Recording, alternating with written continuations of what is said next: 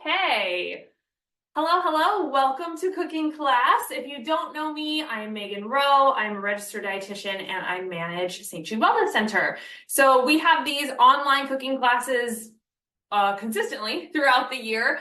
I love doing cooking classes in person because you actually get to taste and smell everything, but doing them virtual makes them so much more accessible and you get to rewatch things and get the recipes. So it's a balancing act of in-person and virtual, but I really like these virtual ones to touch base with everybody really regularly. So today's topic is a day in the longevity life. So we've talked about the longevity diet at our last workshop or at our last webinar. And if you didn't get a chance to check that one out, it is recorded on both Mount SAC website and our own website. So you can catch the nitty gritties of longevity and how to eat for longevity, but we are applying that to food today. So just a real quick reminder, since I see a lot more people coming in now, if you have a question, please pop it in the chat. I will come back to them. If I can't see them in real time, don't worry, I always come back. But yeah, let's get started on our cooking. So we're looking at, as a reminder, longevity for a healthy, long life, not just a long life. We're not looking at living to be 100 and sick. We're looking at living to be whatever age that is and feeling really, really well and healthy. To do that, based on longevity research, based on the blue zones, we know that we need a couple of things in common. We need lots and lots of fiber, which means lots of plants. We need lots of protein, and that can come from a variety of different sources. But what's really important is that we're eating protein with our carbohydrates. We know we need those things. We know we need lots of color in our diet because all the colors, the actual pigment themselves, have different types of phytonutrients that help our immune system. So if we're only eating green food, we're missing out on the phytonutrients in the blue food and the red food. So we know we need a variety of things there. We know we want to focus on protein, especially in the morning. And we know we want to also focus on fibrous proteins. Those are all the really key things. The other thing is minimizing processed food, which is why we're here in the kitchen. We're learning how to cook. And then you apply all of that knowledge to now our current ecosystem, our lifestyles, the busyness. Part of longevity eating and longevity lifestyle is minimizing the stress. If we have stress around eating and thinking that we have to scratch cook everything, that kind of eliminates all of the benefit of what we're eating because we're stressed out while we're doing it. We're not enjoying the food. So part of my goal in teaching longevity eating and healthful eating is also giving you recipes and ideas for putting those elements of a healthful longevity lifestyle into practice in a very easy way, knowing you're working full time, you probably have kids or a spouse, or you're jumping around all day long, and we can't just scratch cook these beautiful meals all day. So we're going to make some really easy, simple recipes today that taste really good and implement all of those things about longevity. So enough talking, let's get cooking. We're going to put something in the oven, so we're going to start that one first. We're going to make a pumpkin baked yogurt because on top of all those things, it's also fall. We started fall season and it is my favorite season for cooking. So anything fall related and fall smells and fall taste makes me joyful, and that's part of longevity too. So we're going to do a pumpkin baked yogurt for breakfast. So this is a great breakfast that you can prep ahead of time because it really lasts a long time. It makes quite a bit. You don't need to do much as far as like reheating it goes. So it's just a really easy one to make ahead of time. So we're going to start with plain Greek yogurt. This is going to be our protein source for the breakfast. I have got this one from Trader Joe's, but there's lots of different brands of plain Greek yogurt you can get. The key is the plain, not sweetened. We're going to add all kinds of sweet, yummy flavors to this. You don't need a sweetener because when you get a yogurt that's pre-sweetened, you're usually looking at sometimes up to 12 grams of added sugar, which eliminates a lot of the benefit here in the yogurt. So get it plain and sweeten it yourself with lots of different flavors. Ideally, you're getting a grass-fed yogurt because then it's coming from a really good quality sourced animal that has a lot of nutritional benefits. But depending on where you shop, that might not always be available to you. So for example, the Trader Joe's Greek yogurt is not grass-fed.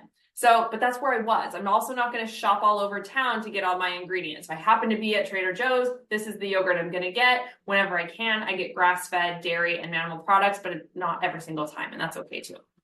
So we're going to do 1 cup, which is about half of this container of plain Greek yogurt. The Greek is pretty important here for two reasons. One, it's thicker. We don't want it to be super runny, so texture-wise, but also two, that's where the protein is. If you get a regular yogurt, it's about half the amount of protein, so it's not a great source of protein for your mornings. So we have our 1 cup there. We are going to get a 3/4 cup of canned pumpkin. Make sure it's not pumpkin pie. That is sweetener. We just want, it'll say canned pumpkin, it'll say pumpkin puree. If you're questioning it and you're like, I'm not sure if this is pumpkin pie mix or if this is just pumpkin, read the ingredients. And the ingredients here say organic pumpkin. Okay, so we're gonna do about 3/4 to 1 cup of pumpkin, depending on how pumpkin-y you like the flavor.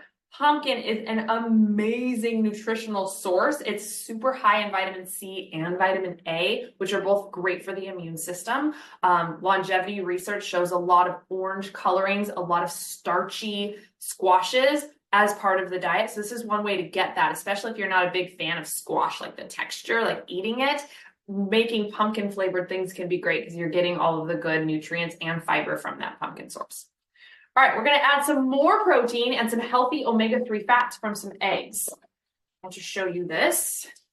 Pasture-raised organic eggs from Trader Joe's. This is my favorite example of voting with your dollar. We're going to do 4 eggs. Because Trader Joe's is not well known for having all the grass-fed, pasture-raised, organic, everything, but they are getting more and more because consumers are demanding it. So now, every Trader Joe's I've been to has pasture-raised eggs. And pasture-raised means the chicken was raised outside on a pasture, eating what it should be eating, having its own longevity lifestyle. And then when it's time for that chicken to go, that chicken is now very healthy and providing healthy meat and or healthy eggs that are higher in omega-3, higher in vitamin A. And these types of high-quality animal products are what we're seeing in longevity diets. Okay, so we got 4 of those. We need 2 tablespoons of something floury to kind of hold it all together, because it's going to become like a cheesecakey baked egg combo. That's kind of what the end result is. So I'm using chickpea flour. There's 2 tablespoons of chickpea flour. Chickpea flour is also known as garbanzo flour. If you cook with me in these cooking classes, you have seen me use this many times. I love chickpea flour. It smells good. It's a little bit sweeter than a typical flour, but because it's made of chickpeas and not wheat, we're getting high fiber, high protein instead of just a processed wheat carbohydrate product. And it also, because there's no gluten or true starch in it, it won't rise. So you can't use chickpea flour for baking muffins and things like that, but for anything kind of flat, crepes, pancakes, this type of thing, you can just throw chickpea flour in there. But you could absolutely use oat flour, almond flour. This recipe doesn't really need the substance. It just needs that kind of floury texture. So any flour you happen to have will work here. We're going to do some vanilla just for flavoring, like a teaspoonish.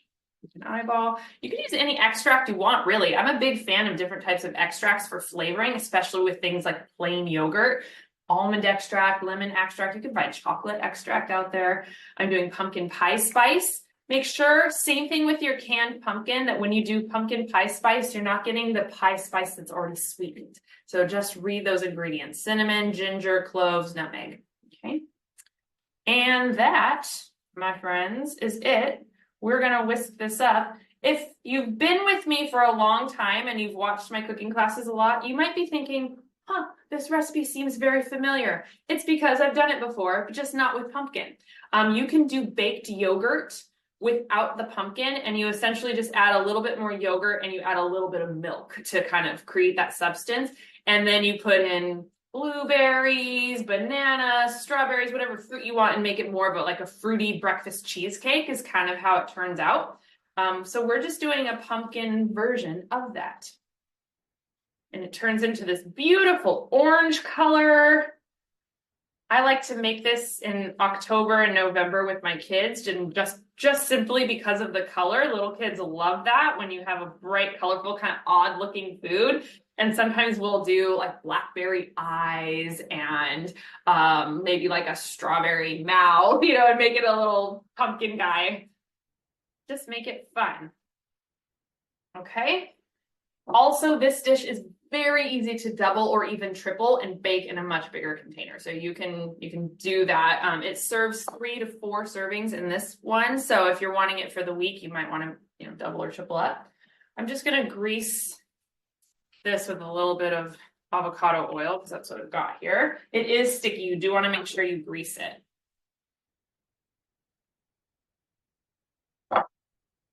You can grease it with anything you want. Coconut oil, butter, whatever. It's just greasing the pan. And then pour that in.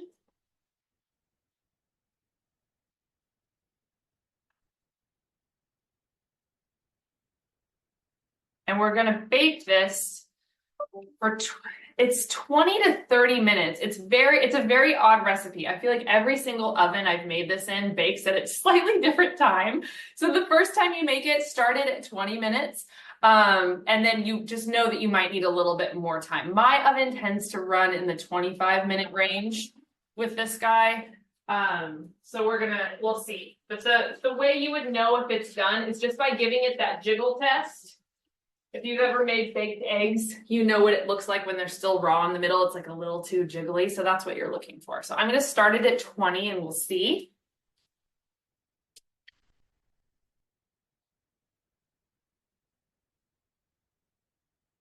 And my oven is set at 350. Okay. And then you add your fun toppings when you're ready to serve. Whipped cream, a drizzle of peanut butter on top, various types of fruits. I have some like pumpkin spice flavored pumpkin seeds or walnuts or almonds. You can kind of do what you want with it, slice bananas, just to have some fun with it. So it's great on its own, maybe having 2 squares, but you could also have maybe 1 square with some scrambled eggs or with a protein smoothie, just to give yourself some texture. So we will see that coming out of the oven in a little bit, and we will move on here to a different recipe. So next we're going to make a dip with vegetables. So we're doing a creamy vegetable dip. Again, longevity diet. How can we get tons of color, tons of fiber into our diets? And maybe we're a little bit picky. Maybe we don't want to eat cups of broccoli. Maybe we're not super into bell peppers, or maybe our family isn't. I love dips and purees for that reason. Things like pureed cauliflower instead of mashed potatoes. There are ways to get those vegetables and those colors in maybe a different way that is more palatable. But we're going to do a dip for that same reason. We're going to blend in a ton of things. So let me show you what I've done here. About an hour ago, I chopped up 2 zucchinis, 2 bell peppers, and an entire leek. And I just really roughly chopped. You can see these are big pieces. They're not diced. So it's always nice when you can just do that fast. I mean, it took me less than 5 minutes to chop all of those vegetables up. Toss them with some avocado oil. So I have avocado oil from Trader Joe's. Okay. Avocado oil and olive oil should be your go-to cooking oils because they are the highest in unsaturated fat, but they also have a good smoke point. And they're less processed than many of our other seed oils, and they're not exposed to heat typically in that processing. So anyway, I used that oil because that is our best one for longevity. Toss maybe a tablespoon with all of those vegetables and nutritional yeast. If you've never used nutritional yeast, it's a great one for adding a little bit of protein and a good source of B12 into your diet. And it just has kind of a cheesy essence, a cheesy flavor. It is dry and flaky if you've never seen it. It looks, smells, and tastes like dry, flaky cheese. So you don't want to use it instead of cheese, but you can use it in sauces or like a seasoning to give things sort of a cheesy flavor. And like I said, it has nothing but nutritional benefits. I also tossed the vegetables with a little bit of garlic powder and sea salt. That was it. Just a little bit of all those things. And I roasted them this morning at 400 for 25 minutes. So they got pretty soft. And so they're already cooled. And I could have done this way ahead of time. I could have done this two days ago and now be using it. Whenever I'm already roasting vegetables or I already have the oven on, I try and see if there's anything else I can pre-cook ahead of time. So if I'm going to be making chicken anyway for dinner and the oven's already set at 400, maybe I could also put a pan in there of roasted vegetables, even though tomorrow is when I'm making the dip. These are all things to be thinking of. Can I help myself prep a little bit? Okay. I'll show you what else I also roasted at the same time over there. So I've got five vegetables in here, 3 different colors, leek, zucchini, and red bell pepper. So I'm hitting my colors. I've got all the different phytonutrients, and that's a lot of fiber and plant substance all in this food processor.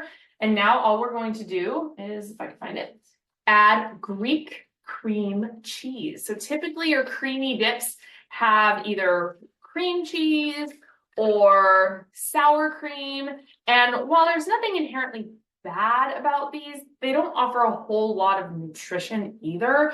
And we're looking for nutrition in every single bite. So I really like this type of cream cheese. It's literally called Greek cream cheese, and it's Greek yogurt processed in a way to make it thick like cream cheese. It tastes just like cream cheese. So I've passed it by the kid test. My 2-year-old does not even know the difference. We put it in bell peppers, on bagels, what have you. I'm gonna get a spoon. And now, instead of just kind of the saturated fat of cream cheese, now I'm getting extra protein from every serving. So just per 1 tablespoon is 3 grams of protein. And we're gonna add the majority of this container.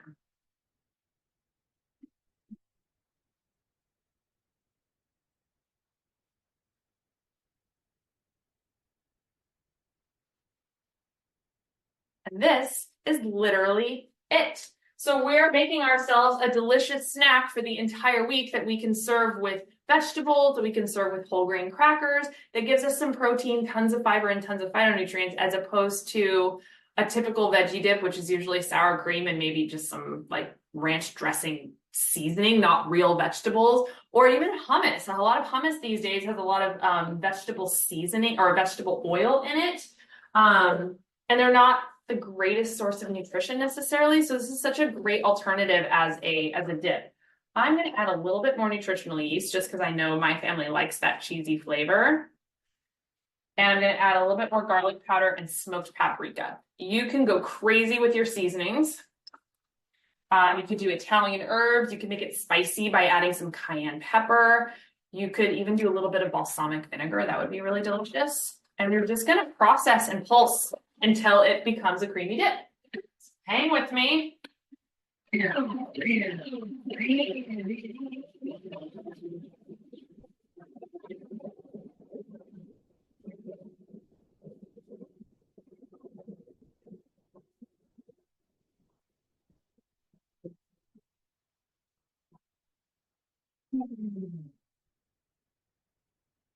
Easy. Super, super easy. Also, think outside the box with your dips, because it doesn't have to be just a dip. You can now use this as a marinade on chicken or on like a light fish, would be delicious. You could use this as a sauce on chickpea pasta, perhaps. There's a lot you can do with this super, super veggie dense dip besides just using it as a dip. It could help with your meal prepping. Sometimes I'll mix this just like with some tofu or with some chickpeas, because it's just like, it's just yummy as a side dish. And so I like to eat these with veggies as a dipper to get even more veggies, but you could get a high fiber cracker as well. This is a newer one at Trader Joe's. It's called Organic Seedy Crackers, and it's brown rice, quinoa, flaxseed, sesame seed, tamari, soy sauce, salt, vinegar, and sea salt. That's it. So what a great cracker substance if you are a cracker person, but you're getting 4 grams of protein, 2 grams of fiber in just 12 crackers. So it's a really great option if you are someone who likes that crunchy, crackery vibe. They're very, very crunchy, very, very feedy. I'm just gonna get a little pizza one here.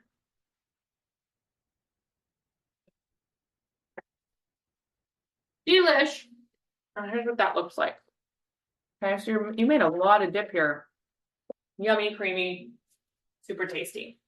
So there's our snack. So we've got breakfast in the oven. We've got our snack slash condiment ready to go.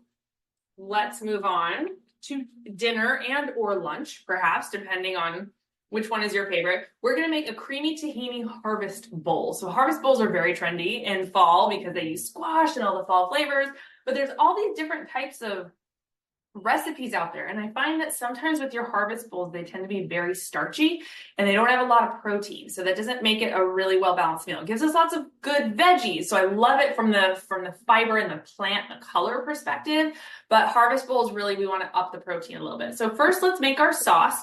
We're going to make a creamy tahini sauce. And if you've never made a tahini sauce, they're so easy. It's literally just like tahini, some lemon or lime juice and seasoning, and then you add water to the right consistency. So here's tahini. If you've never used it before, tahini is sesame paste. So peanuts make peanut butter, almonds make almond butter, sesame seeds make tahini. So it's just ground up tahini. Again, always double check your ingredients. You shouldn't see anything other than sesame seeds and maybe salt. So this is organic toasted sesame seeds with salt. So that we don't have oils, we don't have sugars added in. The reason I like tahini from a longevity perspective is, yes, you're getting a little bit of the protein and the fat from the seed itself, but sesame seeds are also an excellent source of calcium that's very bioavailable, meaning we absorb almost all of it. So it's great for us as we age, thinking about longevity, to be getting a good quality absorbable source of calcium for our bones and our tissue. So it's just something good to think about. So we need a full half a cup of tahini. Tahini is usually a little bit thinner than peanut butter and almond butter, not quite as thick, so you can kind of pour it a little bit more easily.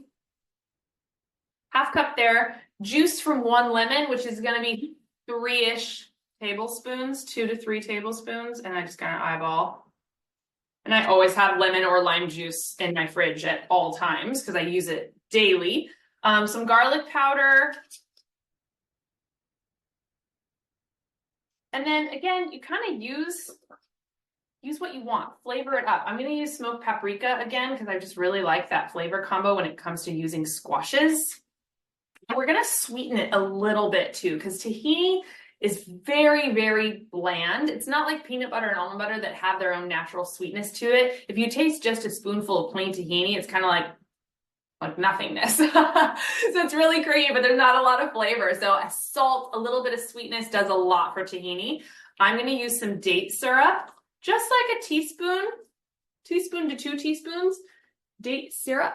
Okay. Date syrup on the glycemic index is, oh, it got really dark in here, is low glycemic. So as opposed to, if we think of glycemic index on a 0 to 100 scale, regular white sugar is a 100. It's spiking our blood sugar quite a bit. Honey and maple syrup are about a 50. So they're in the middle, definitely better than white sugar, but still giving you a bit of a spike. Date syrup, coconut sugar are in the 20s. So still going to bring your blood sugar up a little bit. It's still a sweetener, but much less impactful on your blood sugar. And when we are looking at longevity eating, blood sugar and insulin sensitivity / getting rid of insulin resistance should be our number one priority. That is the underlying factor of all metabolic diseases. So we always want to be very, very mindful of what our blood sugar is doing and how it's reacting. So we're just going to whisk that up. And depending on the brand of tahini you get and how thick it is, you may need to add some water to thin it up. So see how it's kind of, it's thickened, right? Because we added some liquid. So what I usually do is when I'm ready to serve it, I'll add a little bit of olive oil and or some warm water, not hot water and not cold water. Either one of those things will thin this to be a nice dressing. So I'm going to have this for dinner tonight. So I don't really care if it's the right consistency yet. But just know it's going to turn into a paste. And then when you're ready to serve is when you thin it out, because if you let it sit after it's thinned out, it's just going to thicken right back up. Okay. So now I have a protein, fat, and calcium source in my dressing alone, so that now when I make my bowl, I know that even my dressing is going to be nourishing me. So let's make I'm going to do our bowl on a plate just so you can see it a little bit more easily. Okay. Harvest bowls have a lot of flexibility. You kind of do whatever you want with them, but the key components are roasted vegetables. That's key to make it really fall flavored. Some sort of squash or pumpkin, like a dense fall squash, and then some sort of fruit, apple, cranberries, pomegranate seeds. Those are all kind of your key components, along with then an herb on top. So it's not a salad. We're not putting it on a greens base. We're getting our greens from some sort of herb. So I want to show you what else I had put in the oven earlier. When I roasted all of my vegetables for the dip, I also roasted butternut squash and fennel. Okay, I did it all at the same time. I put both of my trays in the oven at 400 and I roasted them all for 20 to 30 minutes. The squash needed a little bit longer than the other veggies did, so I just took the other veggies out and left the squash in for another 10 minutes. But this is how easy it can be to prep ahead your things. Another trick is to buy your squashes pre-cut. Yes, you can buy butternut squash and all the fun squashes that are hard and dense pretty affordably, but man, do those take forever to cut up. And I find that when I buy them that way, I don't end up cutting them and then they go to waste. Whereas if I spend the extra buck and a half to get pre-cut squashes, I use them because it was done for me. So don't fear processing when it comes to it just helping you out a little bit more. What I don't want to see is butternut squash that's been pre-marinated in seed oils and sugars. I'm not going to buy that one. So anyway, I tossed this with some avocado oil, sea salt, and a little bit of date syrup and put them all in the oven together. So I have butternut squash and I have fennel. If you've not used fennel before, it is a delicious alternative to onion. It's less potent than onion. So if you're someone who suffers from reflux or IBS with some of the oniony stuff, fennel is great and it's a little bit sweeter. I really like it. Just kind of thrown in everything. So what we're going to do is we're just going to build our harvest bowl. So I'm going to put in some of my squash. Typically, I also call for a base. Base meaning either a cooked pseudo grain like quinoa or millet or amaranth, or cabbage. Cabbage is a great base too. But I happen to have made a whole bunch of pureed cauliflower yesterday instead of mashed potatoes for our dinner, and I had some left over, and that also can be an amazing base. So I kind of spread my base around and build everything else around it. I should have done my base first. I wasn't really thinking, and then do my squash around it. But this is where I could put a bunch of my cabbage if I'm a really low carb eater. I could have some marinated cabbage. If I'm not as worried about low carb, I could do wild rice. I could do quinoa. You would just want some sort of more of like that heartier substance in the middle that you're building everything around. So this is just mashed cauliflower that I made yesterday. I also made a ton of roasted broccoli the other day. So I'm going to put that around the side. You could do Brussels sprouts. You could do roasted cauliflower, like really any roasted veggie that you've got, put it in there. And this is where, again, you can really help yourself out by prepping ahead and making extra. So we had broccoli for dinner on Monday, and I just knew I was going to making this later on in the week. So I did double what I usually do, and I have all these extra veggies left over. Okay, then I'm going to put in, and so you could do extra veggies. You could do another set of roasted, like some Brussels sprouts here. In fact, I think I have Brussels sprouts. Let's do that. I knew I was missing something. I made extra Brussels sprouts for this too. We're big on roasted vegetables in this house. So talk about color, talk about fiber. Now we got to sweeten the deal a little bit because we have a lot of the same sort of taste going on here. So I'm going to put in some apple slices, and you could dice it up, you could slice it up, however you want it to appear. What I'll probably do when I serve it for dinner tonight is chop these really, really tiny, because otherwise you have huge pieces of apple, but it's pretty for presentation.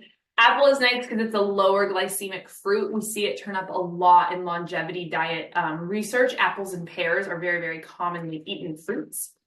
So we have our fruit. We are now needing protein. And I'm going to add, we had pork tenderloin last night that was pasture raised pork. I'm going to add that on top as my protein source. Again, I prepped that ahead of time. Just left over. I made 2 pork tenderloins. We ate 1 for dinner. We have a whole nother one for our other meals. And all I'm going to do when we're ready to eat, and I'm not ready to eat this yet, so I'm not going to, is I'm going to thin my dressing and I'm going to drizzle it all over my harvest bowl. And then I'm going to add some toppings, some feta cheese, and some of my pumpkin spiced pumpkin seeds are going to make this just super delicious, really high fiber, protein and fiber from lots of different sources, and all the color. It's also really pretty if you have pomegranate seeds to put that on top. It makes it very seasonal. So there's your meal for our longevity diet. Oh, I forgot, herbs. We also want to add some herbs since we're not adding lettuce or greens. Herbs can be very, very potent. Herbs have a ton of nutrients, and just 2 tablespoons of cilantro has the same nutrition as 2 cups of spinach and kale. So I'm just adding some cilantro on top. I'm not going to add a ton since I'm not ready to eat this yet. But now we're adding so much antioxidant power to this dish, plus some extra flavor that makes it really fun. All right, so we're going to do one more very quick recipe. Oh, see, I forget all these buildable things. We also need some of our fennel. Now it's done. And I'm going to make 4 of those, which is why I'm not using up all my ingredients. So we're going to make one more very quick one. We're going to do a drink. This one is called a dirty matcha. Dirty anything usually means they're adding coffee to it. So there's interesting research in the longevity world about coffee and caffeine. I'm watching my time over there on my breakfast. Coffee actually has a lot of polyphenols and antioxidants in it. It's just that typically we're drinking it in this really high sugar way. And sometimes we're drinking way too much of it all day where it's affecting our adrenal glands. But a little bit of coffee can actually be really good for us, assuming we're not sensitive to caffeine. So I really like this dish. We're going to do a dirty matcha where we're getting all of the antioxidants from the green matcha tea, which is so powerful. And we're going to add it to some polyphenols of coffee. And we're going to do it in a way that's sweetened with dates and a really healthful milk. And it's just really easy. And it's great for these days that are cool and yet getting hotter because it's actually a blended iced drink. So before we do that, let me get my pumpkin out of the oven. Okay, I just want to show you. See, I don't know if you can see that, but it's awfully jiggly in the middle, like way too jiggly. So I'm actually going to add it for another 10.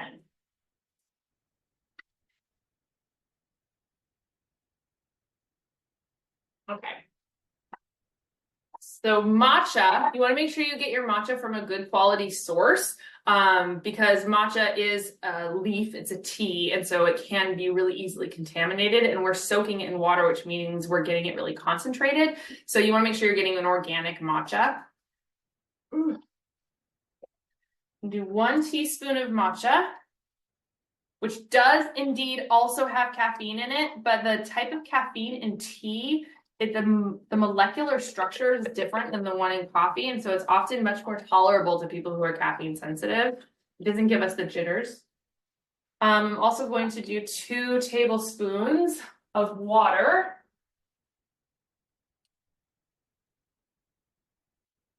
Just to kind of help tea, make a little bit of tea out of the matcha. So I'm just going to shake that, and I'm putting this in a blender.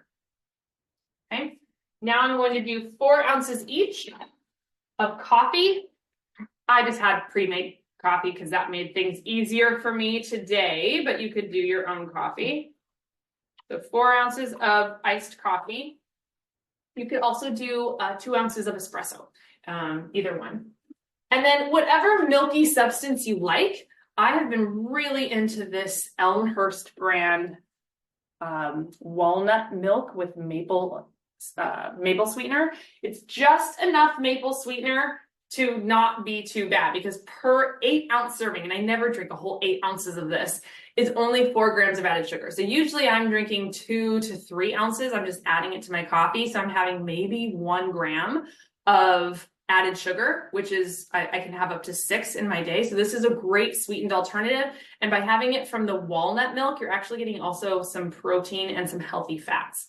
So you're going to do 3 to 4 ounces of whatever milk you want, but you could do regular whole milk. You could do almond milk, depending on your health needs.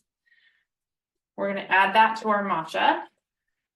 Now that's what's making it the dirty tea, right? Because it's kind of an odd color. That's why they call it dirty drinks when they're adding espresso to things. I'm going to sweeten it up by adding 2 dates. These I pre-soaked. That's the key to sweetening things with dates. You want to pre-soak them. Otherwise, they're too sticky and they don't blend in. You could also take the peel off if you want. I don't really mind it. So these have been soaking for about, well, since we started class. I soaked them right before class. You can also save this water. It's slightly sweet water. So if you were going to make like an iced tea later in the day or something, you could save that. And we need some ice. And then all we're going to do is blend this. So if you don't have a little individual blender at home, what you could do is blend this whole thing with a hand frother and then just add ice. And then instead of it being a blended frothy drink, it's going to be a drink on the rocks. So either way is delicious and very nutritious. Our ice maker broke years ago and I've just never fixed it. I've gotten used to those little silicone ones. All right, I'm going to blend this up one more time with the loud blending noise. You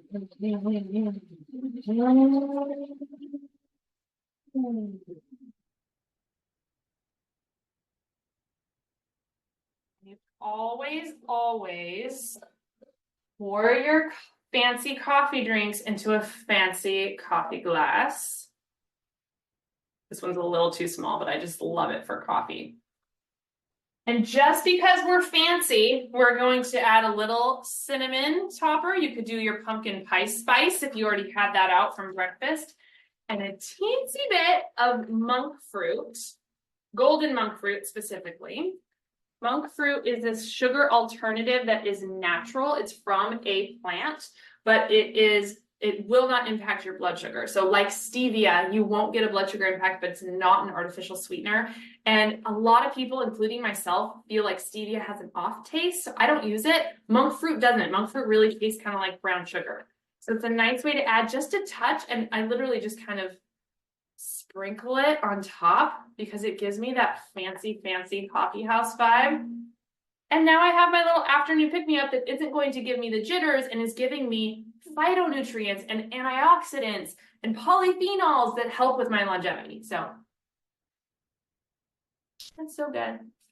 Now I'm going to have that for my dessert. I'm licking the monk fruit off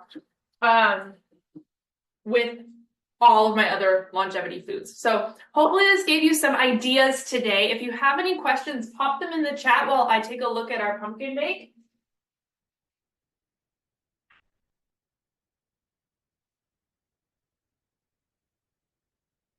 Yeah, so this one took me 25 minutes. There it is. So it's too hot for me to cut up for you, unfortunately, but you can see how much that looks like the inside, like a cheesecake or even the inside of a pumpkin pie. And I just cut it into, usually I cut it into 9 squares and then I eat 2 for my serving. And it smells good. And like I said, that orange color. And so you can see how if you made it in a double or a triple, you have breakfast made for the week. So really great, healthy, nutrient dense breakfast.